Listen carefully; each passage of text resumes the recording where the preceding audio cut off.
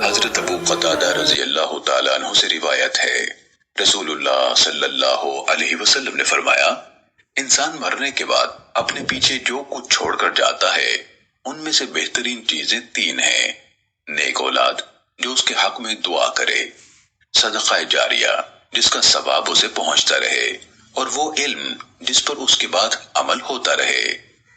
امام ابن ماجہ رحمہ اللہ کے شاگرد ابو الحسن القطان نے اپنے استاذ ابو حاتم کی سند سے ابو قتادہ سے یہی روایت سماع کے صیغے سے بیان کی ہے۔ سنن ابن ماجہ حدیث نمبر 241۔ حضرت ابو ہریرہ رضی اللہ تعالیٰ عنہ سے روایت ہے، رسول اللہ صلی اللہ علیہ وسلم نے فرمایا، مومن کو وفات کے بعد جو نیک عمل پہنچتے ہیں ان میں یہ بھی ہیں: جس علم کی تعلیم دی اور اسے پھیلایا، نیک اولاد جو پیچھے چھوڑی، قرآن مجید کا نسخہ جو کسی کو وراثت میں ملا، مسجد جو اس نے تعمیر کی، مسافر خانہ جو اس نے قائم کیا، نہر جو اس نے جاری کی، یا صدقہ جو اس نے اپنی زندگی میں صحت کی حالت میں نکالا، ان سب کا ثواب اس کی موت کے بعد اسے ملتا رہتا ہے۔ سنن ابن ماجہ حدیث نمبر 242۔ حضرت ابو ہریرہ رضی اللہ تعالیٰ عنہ سے روایت ہے، نبی صلی اللہ علیہ وسلم نے فرمایا، سب سے افضل صدقہ یہ ہے کہ مسلمان آدمی کسی چیز کا علم حاصل کرے، پھر اپنے مسلمان بھائی کو اس کی تعلیم دے۔ سنن ابن ماجہ حدیث نمبر 243۔ حضرت عبداللہ بن عمرو رضی اللہ تعالیٰ عنہ سے روایت ہے، انہوں نے فرمایا، رسول اللہ صلی اللہ علیہ وسلم کو کبھی اس حال میں نہیں دیکھا گیا کہ آپ ٹیک لگا کر کھانا کھا رہے ہوں، نہ اس حال میں دیکھا گیا کہ دو آدمی آپ کے پیچھے پیچھے چل رہے ہوں۔ امام ابن ماجہ رحمہ اللہ کے شاگرد ابو الحسن القطان نے اپنی عالی سند سے یہی حدیث حماد بن سلمہ کے دوسرے دو شاگردوں سے بھی بیان کی ہے۔ سنن ابن ماجہ حدیث نمبر 244۔ حضرت ابو امامہ رضی اللہ تعالیٰ عنہ سے روایت ہے کہ ایک دن نبی صلی اللہ علیہ وسلم شدید گرمی میں بقیع الغرقد کی طرف تشریف لے جا رہے تھے۔ دوسرے حضرات آپ صلی اللہ علیہ وسلم کے پیچھے چلے آ رہے تھے۔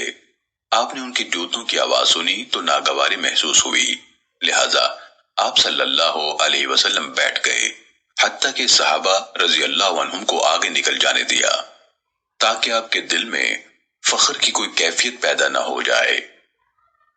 سنن ابن ماجہ حدیث نمبر 245۔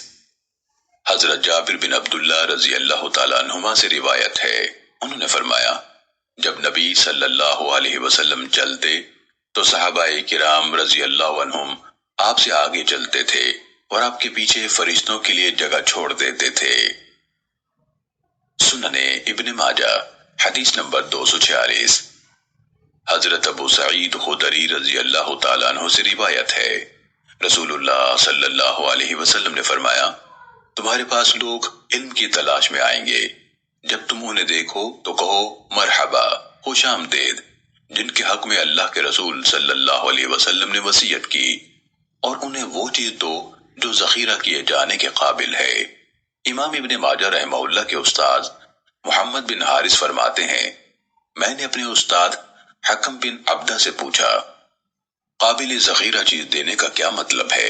انہوں نے فرمایا، اس کا مطلب ہے کہ انہیں علم سکھاؤ۔ سنن ابن ماجہ حدیث نمبر 247۔ اسماعیل بن مسلم سے روایت ہے، انہوں نے فرمایا، ہم حضرت حسن بصری رحمت اللہ علیہ کی عیادت کے لیے ان کے ہاں گئے، یعنی ہم لوگوں کی تعداد اتنی زیادہ تھی کہ کمرہ ہم لوگوں سے بھر گیا۔ حسن بصری رحمت اللہ علیہ نے اپنے پاؤں سمیٹ لیے اور فرمایا، ایک بار ہم حضرت ابو ہریرہ رضی اللہ تعالیٰ عنہ کی بیمار پرسی کے لیے ان کے ہاں گئے، حتیٰ کہ کمرہ بھر گیا تو انہوں نے بھی پاؤں سمیٹ لیے تھے اور فرمایا تھا، ہم لوگ رسول اللہ صلی اللہ علیہ وسلم کی خدمت میں حاضر ہوئے، حتیٰ کہ کمرہ بھر گیا۔ آپ صلی اللہ علیہ وسلم پہلو کے بل لیٹے ہوئے تھے، ہمیں دیکھ کر قدم مبارک سمیٹ لیے، پھر فرمایا، میرے بعد تمہارے پاس بہت سے لوگ علم کی طلب میں آئیں گے، تم انہیں خوش آمدید کہنا، انہیں دعائیں دینا اور انہیں تعلیم دینا۔ حسن بصری رحمت اللہ علیہ نے فرمایا، اللہ کی قسم ہمیں تو ایسے لوگ ملے جنہوں نے نہ ہمیں مرحبا کہا نہ دعائیں دی، اور تعلیم بھی اس طرح دی کہ ہم ان کے پاس جاتے تھے اور وہ ہم سے بے رخی کا اظہار کرتے تھے۔ سنن ابن ماجہ حدیث نمبر 248۔ ابو ہارون عبدی سے روایت ہے، انہوں نے فرمایا، ہم لوگ جب حضرت ابو سعید خدری رضی اللہ تعالیٰ عنہ کی خدمت میں حاضر ہوتے تو وہ فرماتے انہیں خوش آمدید، انہیں خوش آمدید جن کے بارے میں اللہ کے رسول صلی اللہ علیہ وسلم نے وصیت کی ہے۔ رسول اللہ صلی اللہ علیہ وسلم نے ہمیں فرمایا تھا، لوگ دین میں تمہارے تابع ہیں، وہ دنیا کے دور دراز علاقوں سے تمہارے پاس دین کی سمجھ حاصل کرنے کے لیے آئیں گے۔ میں وصیت کرتا ہوں کہ جب وہ تمہارے پاس آئیں تو ان سے بھلائی کرنا۔ سنن ابن ماجہ حدیث نمبر 249۔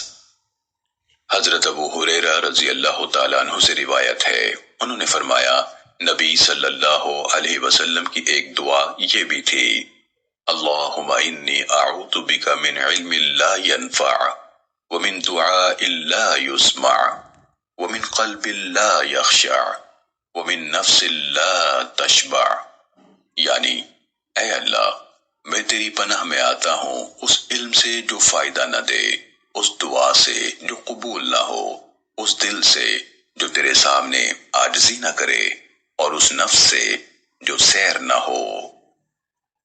سنن ابن ماجہ حدیث نمبر 250۔